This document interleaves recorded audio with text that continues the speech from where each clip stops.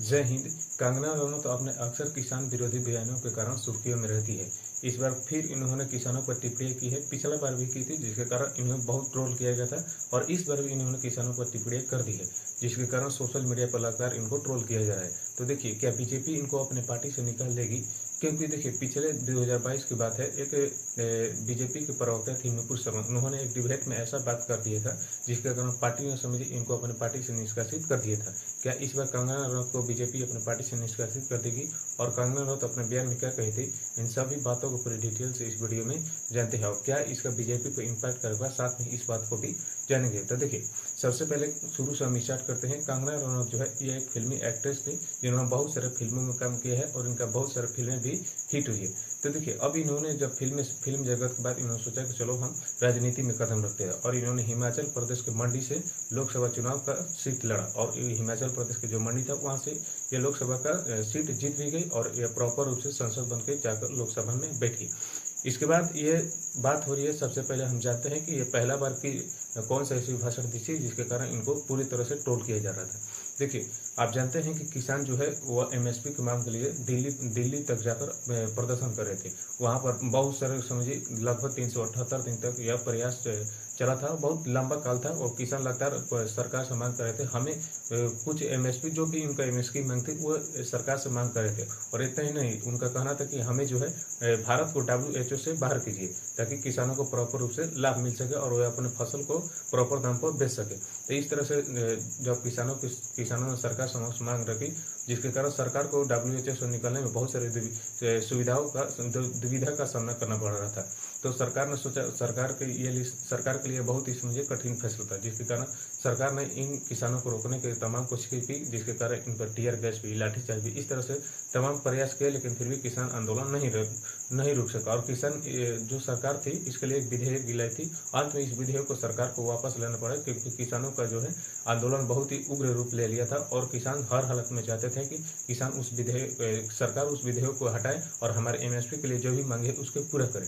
तो जिसके सरकार ने तो समझिए अभी जो किसान विधेयक था उसको वापस ले लिया, लेकिन एमएसपी के बारे में अभी भी सरकार उतना कुछ नहीं कर पाई है। तो देखिए, जिस तरह से उस समय जो है था किसान प्रदर्शन कर रहे थे, सरकार के तमाम कोशिशों के बावजूद, चाहे वो टीयर गैस का प्रयोग हो, चाहे वो लाठीचार्ज हो, इस तरह से सरकार लगातार प्रयास करती, लेकिन फिर भी प्रदर्शन किसानों का नहीं रुक रहा था। जिसके कारण जो मंडी, हिमाचल प्रदेश की मंडी से कंगना रनौत है वो बाहर आती है और इन किसानों पर टिप्पणियां करती है। कहती है कि इन प्रदर्शनकारियों में जो है कुछ न कुछ खालिस्तानी लोग हैं, क्योंकि अधिकतर जो किसान थे वह दिल्ली, हरियाणा, पंजाब थे। और पंजाब में आप जानते हैं कि वहाँ खालिस्तान एक बड़ा मुद्दा है। वहाँ पर ऐसा कहा जाता है कि पंजाब से एक जो सिख पंथ है उनके लिए एक अलग देश खालिस्तान चाहिए।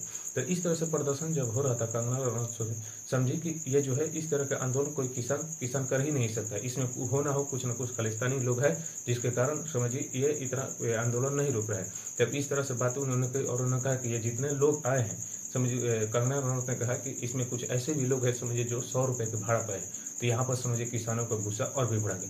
उसमें बात यहाँ पर यह नहीं है कि उसमें खालिस्तानी है, प्रदर्शनकारी में जो खालिस्तानी है या नहीं है, यह इनका बात कह देना कि इसमें खालिस्तानी है, समझिए बहुत ही एक किसी सांसद के द्वारा कह देना ये बहुत ही समझिए बुरी बात है।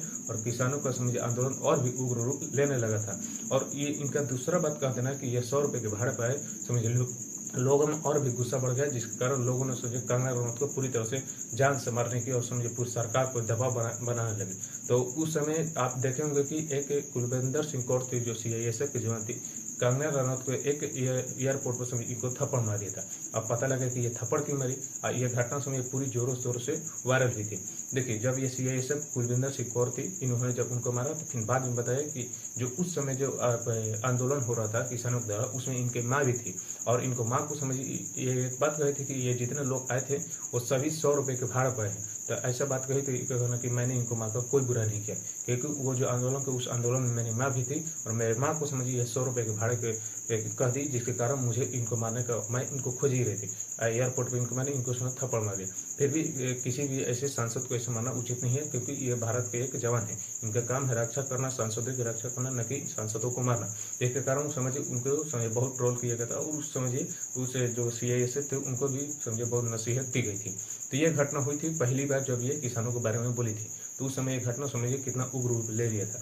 अब देखिए, पुनः इन्होंने अपने एक दैनिक भास्कर के इंटरव्यू में कहा है कि देखिए क्या कहा है। फिर इन्होंने किसानों पर टीका टिप्पणी की है। इन्होंने कहा कि देखिए जिस तरह से बांग्लादेश का समझिए, बांग्लादेश का उदाहरण देते हुए उन्होंने बताया कि जिस तरह से बांग्लादेश में प्रदर्शनकारियों ने समझिए वहाँ पर कुछ न कुछ ऐसे कहा जाता है, बांग्लादेश में जो भी प्रदर्शन हो रहा था उसमें माना जा रहा है कि अमेरिका कहाँ थे, पाकिस्तान का ISIS कहाँ थे, इस तरह तमाम है। इनका कहना है कि अगर भारत का जो है शीर्ष नेतृत्व अगर मजबूत नहीं होता तो यह भी भारत को, पंजाब को, मुख्य रूप से पंजाब के किसानों के बारे में बोलिए, वह कह रही है कि अगर भारत का शीर्ष मजबूत नहीं होता तो यह भी समझिए पंजाब को बांग्लादेश बना देते। अब देखिए यहाँ पर शीर्ष नेतृत्व जो है मजबूत होने का अर्थ है कि भारत का जो केंद्र है वह बहुत ही मजबूत है, मतलब बीजेपी का जो सरकार है वहाँ पर बहुत ही मजबूत है, जिसके कारण समझिए वैसा नहीं करो, नहीं तो ये जो उपद्रवी है समझिए ये भी पंजाब को बांग्लादेश तो बना देते। इसी तरह से उन्होंने और भी कहा कि वहाँ पर हिंसा हो रही है, रेप हो रही है, इस तरह तमाम घटनाओं को ये इसके बारे में जो है दैनिक भास्कर की इंटरव्यू ये बात है। जब ये बात समझिए पूरी ऐसा कही तो ये बात समझिए पूरी वायरल होने और लोगों ने समझ बीजेपी को ट्रोल स्टार्ट कर दिया। अब देखिए क्यों कि देखिए 2022 में एक नुपुर शर्मा थी जो कि बीजेपी के पूर्व प्रवक्ता थी। 2022 के समय है एक टीवी डिबेट के दौरान नुपुर शर्मा ने कुछ ऐसी बातें कह दी थी जिसके कारण समझिए पूरे सोशल मीडिया पर इनको ट्रोल किया जा रहा था और अंत में इन्हें समझिए क्षमा भी बाहर आकर क्षमा भी मांगनी पड़ी। और मांगने के बाद समझिए बीजेपी ने कहा कि तुम हमारे पार्टी में हो और इन्हें अपने पार्टी से निष्कासित कर दिया था। जब देखिए इनको तो निष्कासित कर दिया था। अब यहाँ पर जितने भी एक्स पर जो है ट्विटर जिसे कहा जाता है यहाँ पर यूजर्स ने लिखने का उस समय जो है न्यूज जो है नुपुर शर्मा को बीजेपी ने निष्कासित कर दिया। अब कंगना रनौत के साथ ये क्या करेगी, क्योंकि कंगना रनौत साफ तौर पर कहा है कि पंजाब के जो उपद्रवी किसान आंदोलन हो रहा है उसका फायदा उपद्रवी उठा रहे हैं और वहाँ पर समझ लगातार हिंसा रेप की घटनाएं बढ़ रही है। अगर समझिए भारत में अगर केंद्र मजबूत नहीं होता तो ये पंजाब को बांग्लादेश बना देती, जिसके कारण अब इसके बाद बीजेपी को आना जाहिर सी बात है, क्योंकि बीजेपी का वोट बैंक किसानों के साथ होना बहुत ही जरूरी है।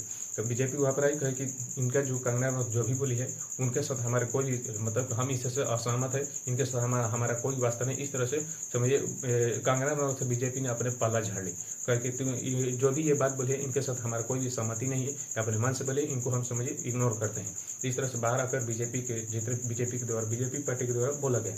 अब देखिए इतना बोला तो अब जाहिर सी बात है, तो ट्विटर पर बहुत से लोगों ने ट्रोल किया नुपुर शर्मा के साथ बीजेपी ने ऐसे किया, अब इनके साथ भी क्या करेगी।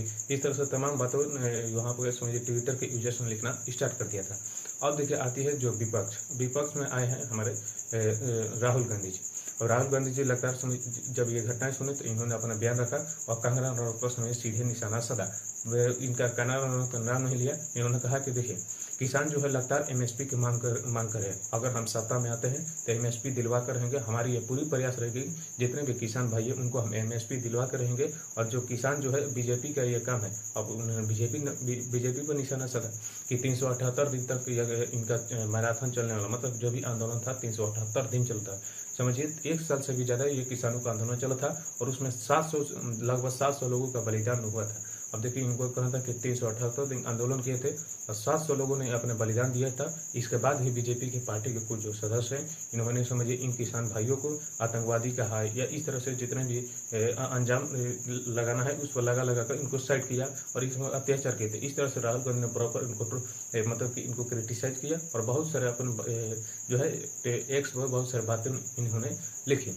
अब देखिए यहाँ पर आज आखिर इसका प्रभाव क्या है। देखिए जब ये कंगना रनौत इस तरह की बातें कर रही है कि किसान के रूप में आतंकवादी है, तो जिसके कारण समझिए बहुत उनको तो असुरक्षा की भावना असुरक्षा आने वाला समय में हो सकती है। कैसे, देखिए अब पिछला बार ही जो ये बयान दी थी इसमें एक CSF जवान थे, उनकी माँ थी, जिसके कारण उनको बुरा लगा था, अचानक एयरपोर्ट पर मार दिया थप्पड़। इसी तरह से अगर उस किसान में कोई भी ऐसे व्यक्ति होगा जिनको अगर बुरा लग जाए, अगर ये चाह ले कि इनको हम समझिए इनको मार कर टपका देंगे, तो इस तरह से वो भी प्रयास करता है, जब भी मौका मिलेगा इनको मार सकता है। तो किसी भी ऐसे सांसद को इस तरह से बयान नहीं देना चाहिए, क्योंकि वो ऐसा मान लीजिए कि इनका जो बात है कुछ सच्चाई हो, लेकिन सभी तो वैसे नहीं है। ये आंदोलन है, आंदोलन के बारे में गलत बोलेंगे आंदोलन उग्र रूप ले सकता है और उसी आंदोलनकारियों में से कोई ऐसा व्यक्ति बाहर निकल जाएगा जो आपको जान से मारने की कोशिश कर देगा। और इससे समय बीजेपी का भी वोट बैंक बहुत कम होगा और विपक्ष का भी हमलावर लगातार होता रहेगा। तो मैंने आपको सभी बातें पूरी डिटेल से बता दी। चलिए अब वीडियो यहीं पर समाप्त होता है, मिलते हैं अगले वीडियो में, तब तक के लिए जय हिंद।